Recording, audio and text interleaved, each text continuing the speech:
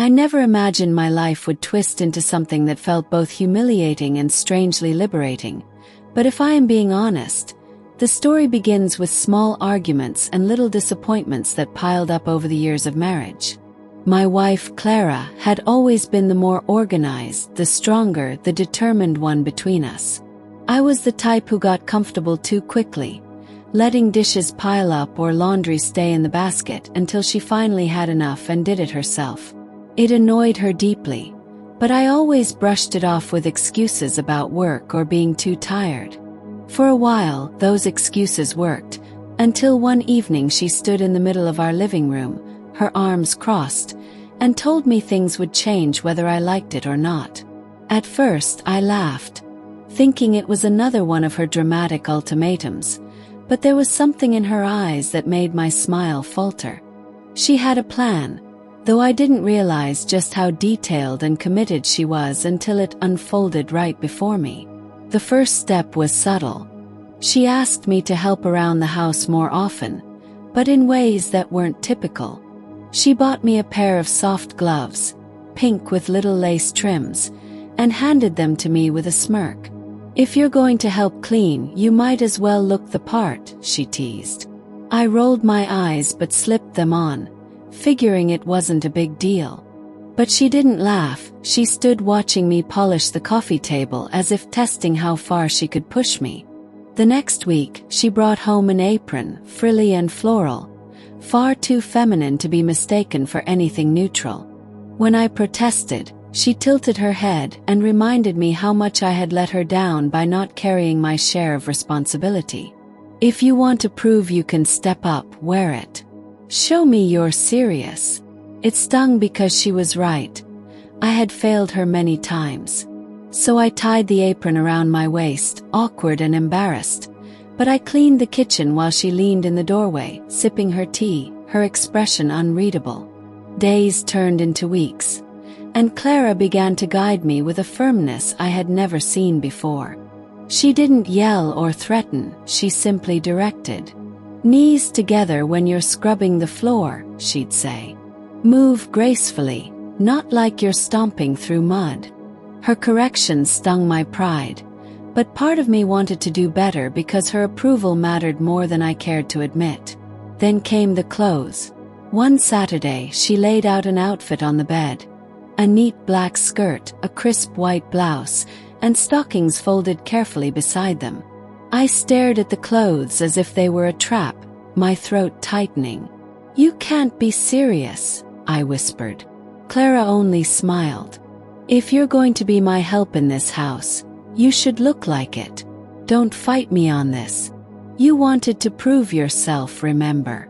My heart pounded as I stepped into the skirt, fumbling with the zipper, feeling exposed. The blouse hugged me in ways that felt foreign. She stood behind me, adjusting the collar, smoothing the fabric, her hands firm but not unkind. When she made me look in the mirror, I barely recognized myself. The man I thought I was seemed to shrink behind this reflection of someone softer, someone obedient. The first time I had to answer the door while dressed, my stomach turned in knots. It was only a delivery, but Clara orchestrated it on purpose. "Go on," she urged, pushing me gently toward the door. I could feel my face burning as I opened it, praying the delivery man wouldn't notice the skirt or the way my hands trembled. He barely looked at me, handing over the box and leaving, but Clara's eyes sparkled with satisfaction. "See, you survived." That night, I lay awake, staring at the ceiling, torn between shame and an odd sense of accomplishment. Something in me was shifting, and I didn't know if it scared me or comforted me more. Her training grew sharper. She made me practice curtsies, balancing a book on my head, speaking politely with softened tones. She corrected how I walked, how I folded my hands, even how I dusted shelves. Every detail mattered. At times I felt like breaking down, begging her to stop, but each time I tried to resist, she reminded me of how much I had failed her before this arrangement. "This is balance," she said one night as she brushed my wig. a glossy brown one she had bought specifically for me. "You let yourself get lazy, so now you'll learn discipline." Her voice carried no cruelty, only certainty, and that made it harder to argue. The suspense of it all weighed on me daily. I lived in constant worry of someone discovering what I had become in my own home. The curtains drawn, the hushed way Clara spoke when she gave me orders, the endless list of chores that filled my days. It all felt like I was living in a secret play staged just for her amusement and my humiliation. But deep down, I knew it wasn't just amusement. She was shaping me into something new, and I couldn't deny that the house had never been cleaner, nor had I ever felt this strangely purposeful. The most emotional twist came when my sister-in-law came to visit unexpectedly. Clara didn't let me run or hide. Instead, she insisted I serve tea while fully dressed in my maid uniform. My hands shook so badly I nearly spilled the pot. My sister-in-law raised an eyebrow, her lips curling into a smile. "Well, Clara, I see you've finally whipped him into shape." I wanted the floor to swallow me whole, but Clara simply laughed and nodded. After she left, I expected anger or teasing from Clara, but instead she hugged me tightly and whispered, "I'm proud of you." That broke something inside me. I hadn't realized how badly I needed her approval until tears burned in my eyes. Over time, my reflection became less jarring. I no longer flinched at the sight of stockings on my legs or the swish of skirts against my thighs. The wig felt natural, the makeup a routine I could perform with care. The shame still lingered, but it was mingled with acceptance, almost peace. Clara's instructions softened too. She no longer barked corrections but praised me for the way I carried myself. The spotless rooms, the meals prepared with precision. The transformation was complete, though I hadn't noticed the exact moment it happened. One evening, Clara called me to the living room, her tone serious. She had laid out a black and white uniform, the kind you'd see in old movies, complete with lace trim and a headband. "This is the final step," she said gently. My hands trembled as I put it on, every layer sealing my fate. When I stood before her, fully dressed, she clasped her hands together, smiling softly. "Now you truly look like the maid of this house." I thought I would feel broken, but instead I felt strangely whole. I had become what she wanted, but in that surrender, I discovered a part of myself I never knew existed. A part that thrived in structure, in service, in discipline. My pride had been stripped away, but in its place stood something humbler, maybe even stronger. Living as her maid is not always easy. There are days when I still feel the sting of embarrassment, when I wonder how my old self would have judged me. But then I remember the look in Clara's eyes when she says she is proud, the peace in our home, the balance that now exists between us. I serve, I clean, I move gracefully as she taught me, and though I live in secrecy, I carry myself with quiet dignity. My life is not what I imagined it would be, but it is mine, and it has transformed me in ways I can never undo. And that is the truth of how my wife turned me, her once careless husband, into the housemaid I am today. Clara's influence over me grew in ways I hadn't anticipated. What began as small acts of discipline had evolved into a complete reshaping of my daily life. Weeks blurred into months, and soon there was no clear line between who I used to be and the person I was becoming under her guidance. The uniform was no longer something she asked me to wear. It became my second skin. Each morning I would rise before her, shower, carefully shave, and dress in the maid's attire she had selected for me. The skirt, blouse, stockings, and apron weren't symbols of humiliation anymore but expectations, responsibilities, and in a strange way, comfort. I had grown used to the feel of the fabric, the quiet swish when I moved, the mirror reflecting someone who looked obedient, tidy, and diligent. Clara did not let me forget who I once was. Occasionally, she would leave out one of my old shirts or jeans, placing them folded neatly on the dresser as though testing whether I would reach for them. But I never did. Something inside me resisted the idea of putting them back on, as if those clothes no longer belonged to the person I was. That man seemed distant, careless, unreliable. When I looked at the crisp Maid uniform, it reminded me of how far I had come, how much I had surrendered, and yet how much stronger I felt in a way I could not explain. Suspense often hung over me when visitors came by. Clara had grown bold, no longer hiding me away. Sometimes she would introduce me as the help, with a tone so natural that few ever questioned it.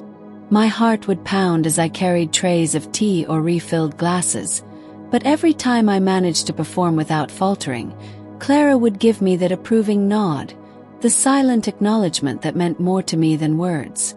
The fear of being exposed slowly transformed into a strange pride. Each successful moment in front of others deepened the reality of who I had become. One particularly emotional evening, Clara sat me down at the dining table after a long day of chores. She lit a single candle and placed a glass of wine in front of me, something she rarely allowed during my duties. Her eyes softened as she studied me in my uniform, apron still tied neatly, hair tucked beneath the maid's headband. "Do you realize," she said quietly, "that you've changed more than I ever thought possible?" I swallowed hard, unsure whether she meant it as praise or another test. She reached across the table, taking my trembling hands in hers. "When I started this, I wanted to discipline you, to teach you responsibility. But what I see now is someone who has transformed completely. You're not just wearing these clothes. You've embraced them. You've embraced this life." Her words settled into me like truth I had been avoiding. I felt tears rise to my eyes, not from sadness but from the weight of everything I had lost and gained. My pride, my old sense of masculinity, my resistance, they had all melted away. What remained was something softer, obedient, and oddly free. For the first time I admitted aloud, my voice trembling, "I don't know if I could go back even if I wanted to." Clara smiled, a look of triumph and affection mixed together. "That's because this is who you are now." From that night forward, there was no more hesitation. I no longer questioned the uniform, the makeup, the wig, the tasks, or the role I played. Instead, I leaned into it, polishing floors until they shone, ironing her dresses with perfect precision, cooking meals that filled the house with warmth. My movements grew graceful, my voice measured, my presence gentle. I had become, in every sense, the housemaid Clara envisioned, but also someone far beyond her original plan. The final moment of realization came one afternoon when Clara hosted her friends for a gathering. I served them drinks, cleared plates, and stood silently in the background while they laughed and chatted. At one point, one of her friends looked directly at me and said, "Clara, your maid is so well trained, you're lucky to have someone like that around."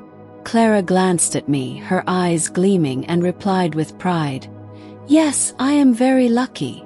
My cheeks burned, but for the first time I didn't feel the sting of humiliation. I felt acknowledged, secure in my place. Later that night, after the guests had left, Clara came to me in the kitchen where I was still tidying up. She touched my cheek softly, brushing a stray strand of hair back beneath my headband. "You're not my husband anymore in the way you once were," she whispered. "But you're something even more valuable now. You're devoted, disciplined, and entirely mine. And I love you for that." In that moment, I realized the transformation was complete. I was no longer resisting, no longer clinging to the fragments of who I used to be. The suspense, the shame, the fear, they had all turned into acceptance, even pride. My wife had turned her husband into a housemaid, but in doing so, she had given me a new identity, one that I never could have imagined, but one that, deep down, felt inevitable. And so my story ends not with rebellion or escape, but with surrender and peace. I am her maid, her helper, her creation, and though the journey was filled with twists of humiliation and doubt, it led me to a place of belonging I never expected. What began as punishment became transformation, and what I once feared became the life I now embrace completely. That is how my wife turned her husband into a housemaid, and how, in the process, I found a strange kind of freedom in serving, obeying, and becoming someone entirely new. The end.